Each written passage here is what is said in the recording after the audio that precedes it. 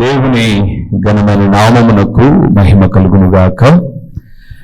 మన ప్రభువును రక్షకుడునునైన యేసుక్రీస్తుల వారి యొక్క ప్రశస్తమైన నామమునకే మహిమ ఘనత ప్రభావములు యుగ యుగములకు కలుగునుగాక. సర్వాధికారి అయిన దేవుడు ఆయన యొక్క గొప్ప కనికరాన్ని బట్టి మరొక శ్రేష్టమైనటువంటి శుభదినములో దేవుని మాటలు మనము ధ్యానము చేయుటకు ప్రభు ఇచ్చిన సదవకాశమును బట్టి ప్రభువునకు స్తుతులు చెల్లిస్తూ దేవుని వాక్య నిమిత్తమై కూడి ఉన్న దేవుని ప్రియబిడ్డలైన మీ అందరికీ వందనములు తెలియచేయుచున్నాను.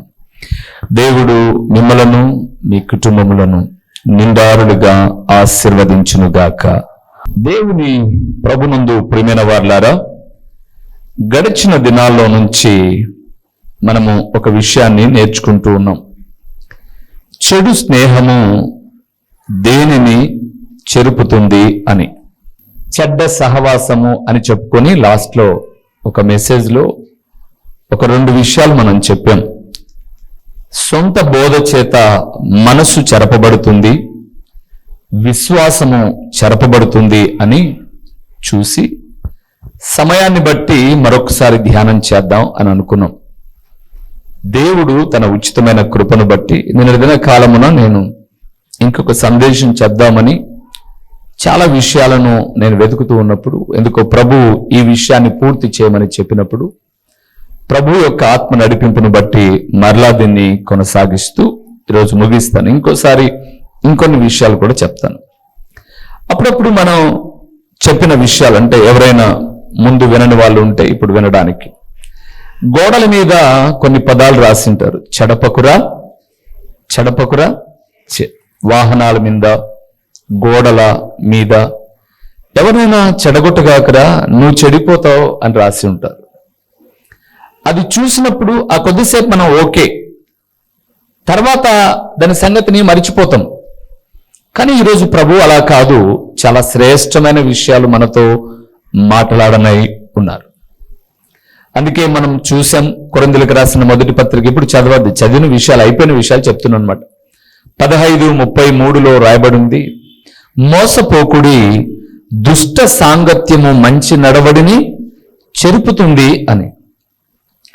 చెడ్డ స్నేహము మంచి వాళ్ళను కూడా చెడగొడుతుంది. అవును, స్వతహాగా మీ పిల్లలు లేదా మీరు ఎవరు చెడ్డవారు కాదు, కానీ ఏదో ఒక సహవాసం మిమ్మల్ని చెడగొట్టేస్తుంది.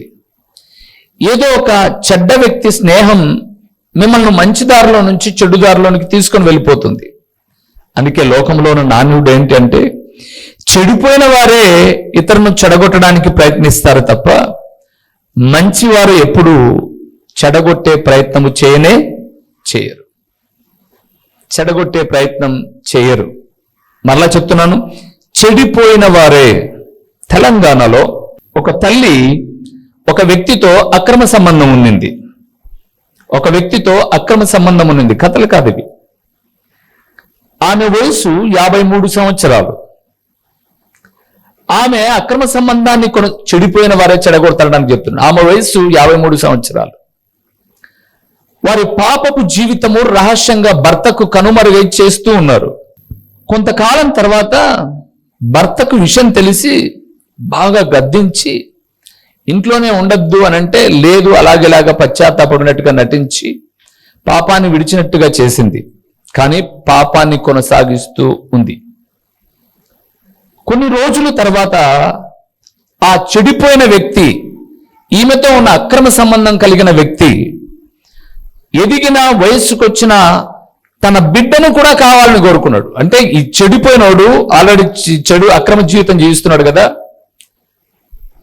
నీ కూతురు కూడా నాకు నచ్చింది, నేను నిన్ను ఎక్కువ ప్రేమిస్తున్నాను కాబట్టి, లేకపోతే నీ కోసం నేను ఎక్కువ ఏదేదో చేస్తాను కాబట్టి ఆ అమ్మాయి కూడా నాకు కావాలి అంటే తండ్రి కళ్ళు కప్పి ఆ అమ్మాయిని కూడా అతనితో పాపపు జీవితానికి అలవాటు చేసింది. జరిగిన విషయం. ఈ ఇరువురిని మందలించి ఇంటిలో గద్దించిన తండ్రిని ఆ అక్రమ సంబంధం కలిగిన వ్యక్తి కోసం నిద్రపోతున్న తండ్రిని ఇద్దరు కలిసి, అంటే అమ్మా కూతురులు కలిసి జన్మనిచ్చిన తండ్రిని ముఖం మీద దిండొత్తి చంపేశారు. ఉదయానికి హార్ట్ అటాక్ తో చనిపోయాడని చిత్రీకరిస్తే బంధువులు వచ్చి ఈయన మంచి ఆరోగ్యవంతుడు, అలాగే చనిపోయే అవకాశమే లేదు, ఏదో మాకు అనుమానంగా ఉంది, మీరు దాన్ని వెల్లడి చేయండి అని పోలీస్ దృష్టికి తీసుకువెళ్తే ఇంట్రాగేషన్ లో తెలిసిన విషయం ఏంటంటే ఆల్రెడీ తల్లి చెడిపోయింది, బిడ్డను చెడగొట్టింది, ఇరువురు కలిసి తండ్రిని చంపారు, చెరసాల్లో ఉన్నారు. చాలా మంది తమ అక్రమ జీవితం బానే ఉందిలే అని అనుకుంటారు, కానీ నేను చాలా పర్యాలు ఇదే చెప్పేది. తల్లి తప్పటడుగులు వేస్తూ ఉన్నప్పుడు ఆ తప్పటడుగులను ఖండించకపోతే ఆ తప్పు దారిలోనికి పిల్లలు కూడా వెళ్ళే ప్రమాదం చాలా ఉంది. అందుకే చెడిపోయిన వారు మాత్రమే ఇతరులను ఏం చేస్తారు? చెడగొడతారు. చెడిపోయిన పండు మాత్రమే బాగున్న పండ్లను కూడా చెడగొడుతుంది. అందుకే మనం చూసాం ప్రసంగి గ్రంథం 9:18 ఒక పాపాత్ముడు అనేకమైన మంచి పనులను ఏం చేస్తాడు? చెరుపుతాడు. మంచి పనులను చెడగొట్టే వాళ్ళు పాపాత్ములే, మంచోళ్ళు కాదు. చూడండి, ఇప్పుడు జయమ కాలనీలో మనం మందిరం కట్టాలనుకున్నాం కదా, అక్కడ బ్రాండీ షాప్ పెడితే ఎవరికి అబ్జెక్షన్ లేదు, ఉండదు కూడా. 10 మంది వచ్చి నిలబడతారు అక్కడ పోటీగా, మనం టౌన్ లేక ఆటో బాడీ లేకుండా ఇక్కడుంది మనకు బాగుంటుంది అని. కానీ దేవుని మందిరం కడితే ఎందుకు అని అంటే, వీళ్ళు వ్యభిచారం చేయొద్దంటారు, దొంగతనం చేయొద్దంటారు, ఇతరులతో మాట్లాడొద్దంటారు, బాగుండాలంటారు, ఇలా ఉండాలంటారు, అలా ఉంటారు. ఈ క్రమాలు అంతో ఇంతో మనకు వినపడుతూ ఉంటాయి. మన బతుకులు బాగలేవు, బయటకు వచ్చేవాళ్ళు ఈరోజు వాక్యం చెప్పిందంతా ఇదిగో ఈ పక్కింటి ఆమె ఎట్లుంది, ఈమె ఎట్లా తిరుగుతుంది అని అంటారు. కాబట్టి మందిరం ఇక్కడ వద్దు. మనసు చెరపబడుతుంది, విశ్వాసం చెరపబడుతుంది అని చెప్పాను గడిచిన సందేశంలో. ఈరోజు ఏమి చెరపబడతాయో, చెడు స్నేహం, అది గుర్తుపెట్టుకోవాలి. ఒక చెడ్డ స్నేహం దేన్ని చెడగొడుతుందో కొన్నింటిని మనం చూద్దాం. రండి, మొదటి విషయానికి వెళ్దాం.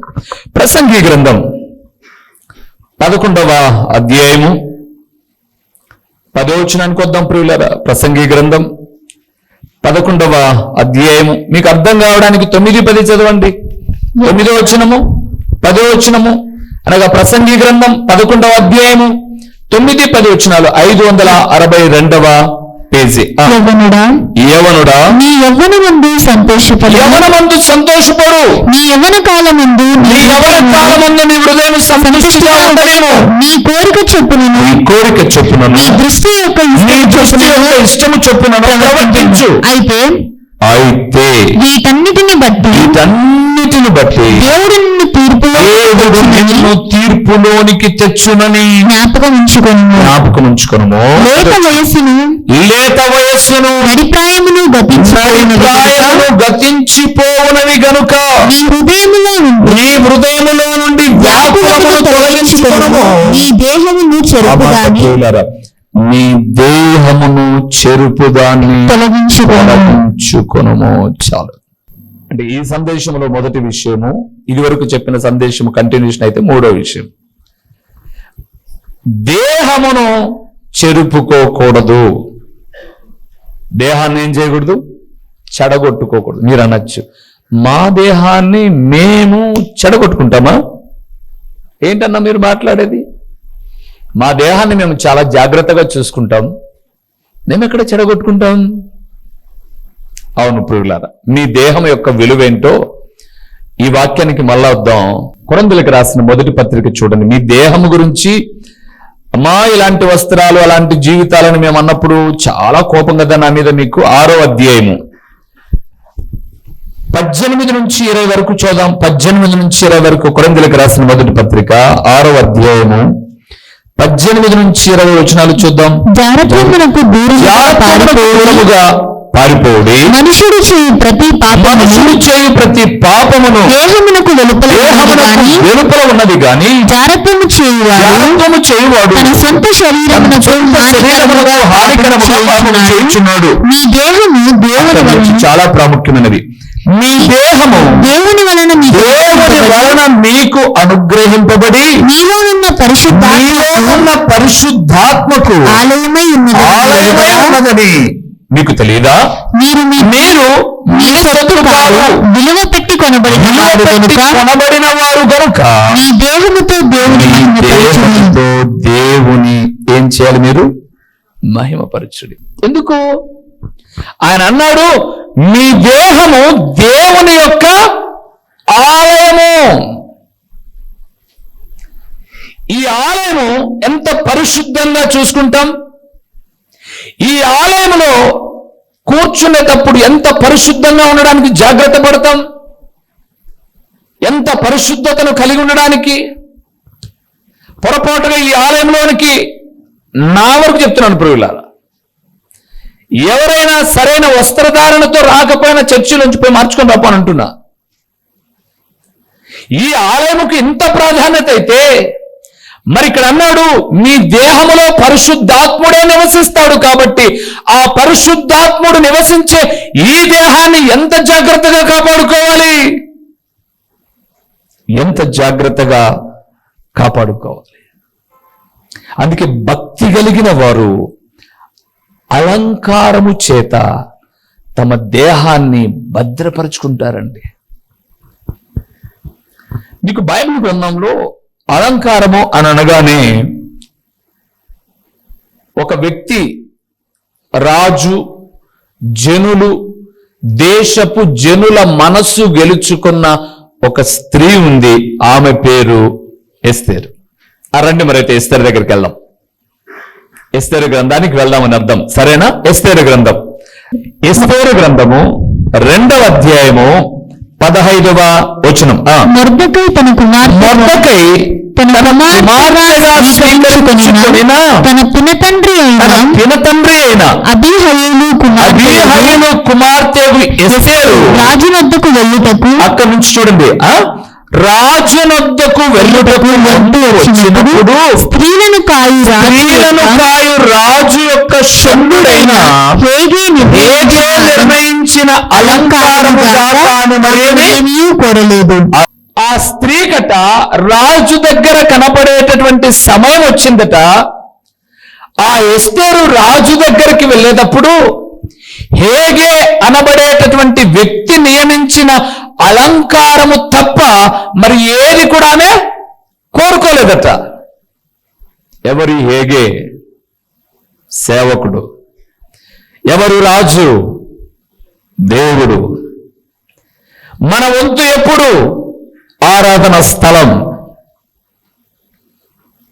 ఆలోచన చేయండి.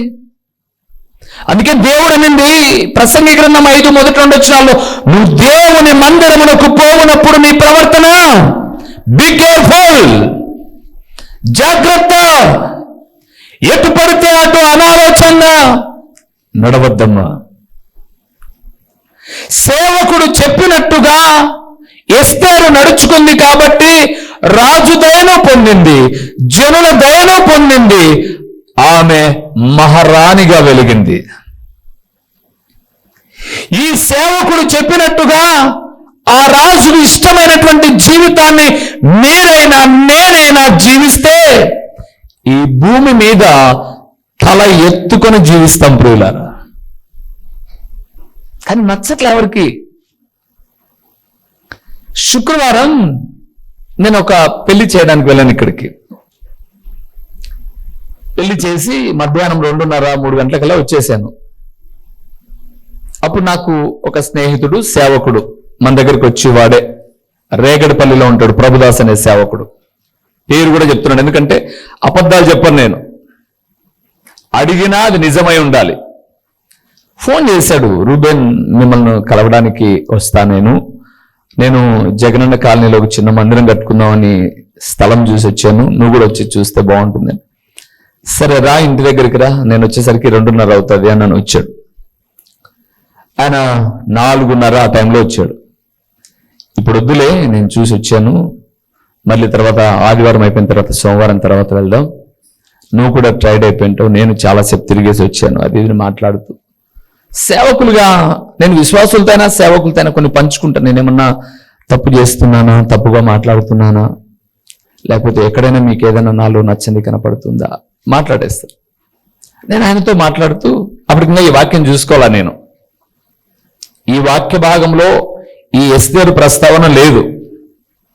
రాత్రి ప్రభు చెప్పగా దాన్ని అలాగా దేహమును చెరుపుకోకూడదనే సందర్భంలో అలాగొచ్చింది. సరే, నేను ఆయనతో మాట్లాడుతూ ఏమి ఎందుకు ఇక్కడికి వచ్చేస్తున్నావు అంటే, ఇంకా మా ఊరు మునకపోయింది కదా, ఆ ఊర్లో ఉన్న వాళ్ళే అందరూ బయటికి వెళ్ళి ఊర్లలో వేరే చోట కట్టేసుకుంటున్నారు, ఇల్లు కట్టుకుంటున్నారు, అక్కడ ఎవరున్నారు, మేమేవో 4 కుటుంబాలు కదా, ఇక్కడికి వచ్చి నువ్వు ఉంటావు, నాకు ఏదైనా సలహాలు ఇస్తావు అంటే సరేలేని మాట్లాడుకుంటూ ఏదో సందర్భంలో నేను మాట్లాడుతూ మీ అన్నలు ఎట్లున్నారు అని అడిగాను. మీ అన్నగారు ఎట్లున్నారు, వాళ్ళు 5 మంది అన్నదమ్ములు, మీ అన్నలు ఎట్లున్నారు అని అన్నాను. ఒకడు గుడించెరలో జమోడు దగ్గర ఉన్నాడు, ఇంకో చోటు ఉన్నాడు, ఈడ మేమున్నాము అని అన్నాడు. మీ అన్న మీ మందిరానికి వస్తాడా అని అడిగాను నేను. ఇప్పుడు వస్తున్నారా క్రమంగా అని అడిగాను, ఎందుకంటే ఇంతకుముందు నేను వెళ్ళినప్పుడు వచ్చేవాళ్ళు, పక్కనే మందిరం పక్కనే వీళ్ళు వచ్చేవాళ్ళు. అడిగాను, రారు అని అన్నాడు. ఏమైంది అని అన్నాను. నేను గద్దించేది వాళ్ళకి నచ్చదంట అని అన్నాడు.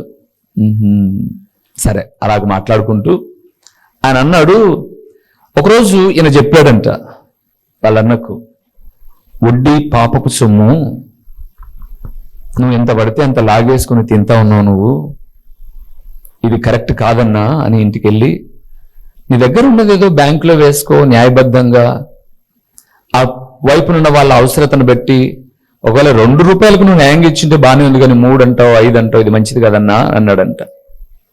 నేను బాగుపడడం ఇష్టం లేదురా నీకు, వాక్యం కూడా చూస్తానా నేను, ఇప్పుడు వచ్చింది ఇంటికి పోయాక వాక్యం కూడా చూస్తానా, అట్ట బతకద్దు ఇట్ట బతకద్దు, అట్టుండద్దు ఇట్టుండద్దు అని చెప్పేసి అని నన్ను చెడామడా తిట్టేసి,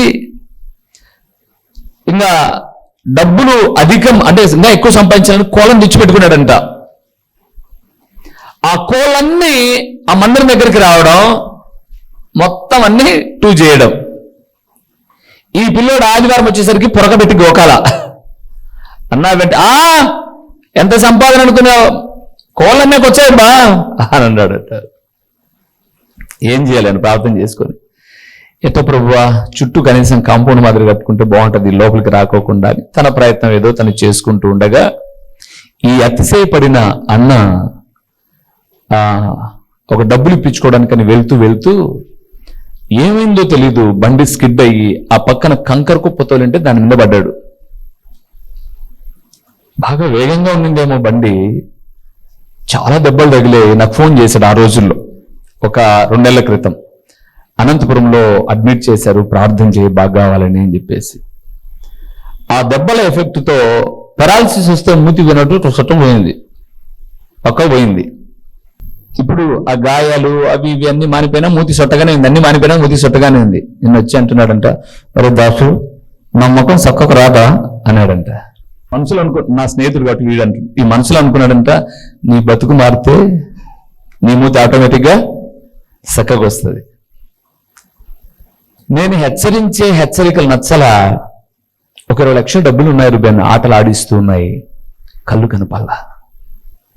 అలాగ మాట్లాడుతుంటే మా దగ్గర కూడా ఇదే పరిస్థితి లేబ్బా, గద్దిస్తే నేను విలనే, నేను వస్త్రధారణ గురించి చెప్తే అందరికీ విలనే నేను అని అంటే, ఒక మాట చెప్తా వినన్నాడు. మీరు పేరు ఊరు ఎందుకు చెప్పానంటే, ఎప్పుడో ఒకసారి కనపన్నా అడిగినా కూడా నిజమై ఉండాలి. మా చిన్నమ్మ మందిరానికి వచ్చిన, వాళ్ళ చిన్నమ్మ ఒక 50 సంవత్సరాల లోపు ఉంటాయి, మా చిన్నమ్మ మందిరానికి వచ్చేది. ఏమ్మా నీ వయసు ఏంది, 50 సంవత్సరాలు శవపేటకి మాదిరి ఉండవు, బయట తిరిగేటప్పుడు, అంగళ్ళకు పోయేటప్పుడు, పల్లె కాబట్టి ఊర్లోకి వెళ్ళేటప్పుడు అలాగ నైట్ వేసుకొని అలాగే పోవాలి, నా మందిరానికి వస్తాను, కొంచెం మంచిగా బట్టలు వేసుకుని పోవచ్చు కదా అన్నాడంట. అంతే, చిన్నమ్మ కదా అని చెప్పాడు, అంతే చర్చి మాని. నిజంగా చెప్తున్నానండి, ఇప్పుడు ఆ సేవకుడు ఆ దాసు ఇలాగే పోతున్నాడు అనుకోండి, పక్కన నిలబడి ఇది ఒక బతుకు దాదాపు 2 నెలల నుంచి మనిషి కనపడ్డప్పుడల్లా అంటుందంట. ఏమేమి ఇలాగ తయారైపోయింది? మా అమ్మ చెల్లెలు రూబేన్ ఎంగిలి ఉంచడం ప్రారంభించింది. ఇంకా మేమేం కొట్లాడలేంగా, మా ప్రార్థనగా మేము చేసుకుంటున్నాం. ఇలాగ జరుగుతూ ఉండగా రీసెంట్గా వారం క్రితం జరిగిన విషయం చెప్తాను, విను అన్నాడు. ఏం జరిగింది అన్నాను. ఈ తుఫు అని ఊసేటటువంటి ఈమె, ఒకరోజు నేను చెప్పాను కదా ఇలాగుండాలని, ఆ రోజు నుంచి మందిరానికి రాలేదు కదా. ఏం జరిగిందనే నాకు తెలియదు, ఏమి జరిగిందో నాకు తెలియదు, వాళ్ళ ఇంట్లో ఏం జరిగిందో తెలియదు. ఆమె దేహం మీద నూలు పోగు లేకోకుండా వీధమ్మడికి నగ్నంగా పరిగెత్తుంది. పరిగెత్తు ఉంటే వీధిలో ఉన్న వాళ్ళ ఆమె అంతా పరిగెత్తేసి బట్టలు చుట్టారు ఆమెకు. ఏమైందంటే ఏం అర్థం కాల. ఒక గంట తర్వాత మాట్లాడుతుంది, ఏమైంది సిగ్గంతా? చెప్పండి అమ్మా, సిగ్గంతా? దేవుడు, నేను అనుకున్నాను, దేవా నాకు కొంచెం, నేను ఎక్కడన్నా రాంగ్ స్టెప్ అన్న, నాకు నిజంగా దేవుడు మాట్లాడతాడండి నాతో. అది మాట్లాడడానికి వాక్యమా, సేవకుడా, లేదా ఆత్మీయులతో మాట్లాడేసి, ఎందుకన్నా మీరు అలా ఇదవుతారు?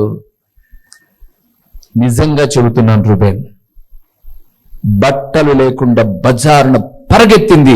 ఏం జరిగిందో తెలియదు. లోపల ఏమైనా పాము ఉంది? పాము కాదు, ఏమీ తెలియదు మాకు.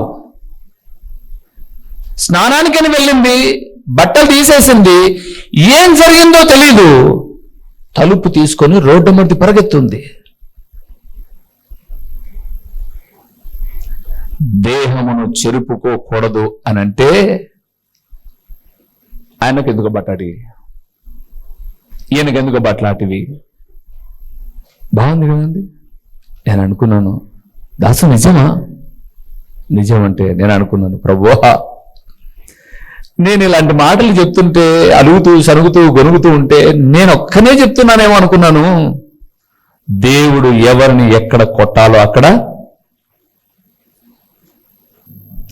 ఎస్తేరు రాజు మనస్సు గెలుచుకోవాలి అంటే నిన్ను రోజు పోషిస్తూ వాక్యము చేత నడిపించే హేగి అనబడే సేవకుడునైనా నేను చెప్పిన అలంకారం కోరుకో. ఆ ప్రకారం నేను రాజు ఎదుటకు వెళ్ళిందండి ఆమె. రాజు మనస్సు గెలుచుకుంది. దేవాది దేవుడైన రాజు మనస్సు మనం గెలుచుకోవాలంటే సేవకుడు ప్రతి నిత్యం వాక్యములో మలచుతున్నది ఎందుకు అనంటే, ఒక రాయి ఒక శిల్పి చేతిలో ఉన్నప్పుడు ఇదిగో ఈ ఖడ్గాన్ని పట్టుకొని వాక్యం అనే సుత్తెతో ఒక్కొక్క అడ్డుగా ఉన్న పొరలను ఛేదించుకుంటూ వస్తే అద్భుతకరమైన ఒక శిల్పము తయారవుతుంది. దేహాన్ని ఏం చేయకూడదు? చెరుపుకోకూడదు. మా దేహం మా ఇష్టం. ఏమంటే మీకు ఒక మాట చెప్తానండి, కొంతమందికి నాకు తెలుసు దేవుని భయం ఎట్టూ లేదు, అంతో ఎంతో సేవకుడు భయం ఉంది. ఆ సేవకునికి దూరంగా బతికారనుకోండి, మీ విచ్చలవిడితనానికి అడ్డు అదుపు ఉండదు. ఇంకా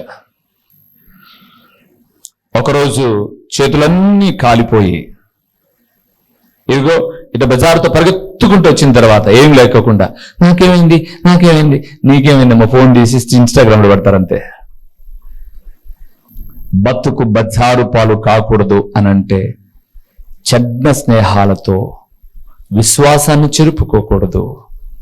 ఆయన మాట్లాడిన మాటే, మనసును చెరుపుకోకూడదు, దేహమును కూడా ఏం చేయకూడదు? చెరుపుకోకూడదు. ఒక మాట చెప్పానా మీకు? సమూయేలు 2వ గ్రంథం 13వ అధ్యాయము చూడండి ఒక మాట. సమూయేలు 2వ గ్రంథం 13వ అధ్యాయము 20వ వచనాన్ని చదువుదామా? 20వ వచనాన్ని చదువుదామా? 262వ పేజీలో. ఆమె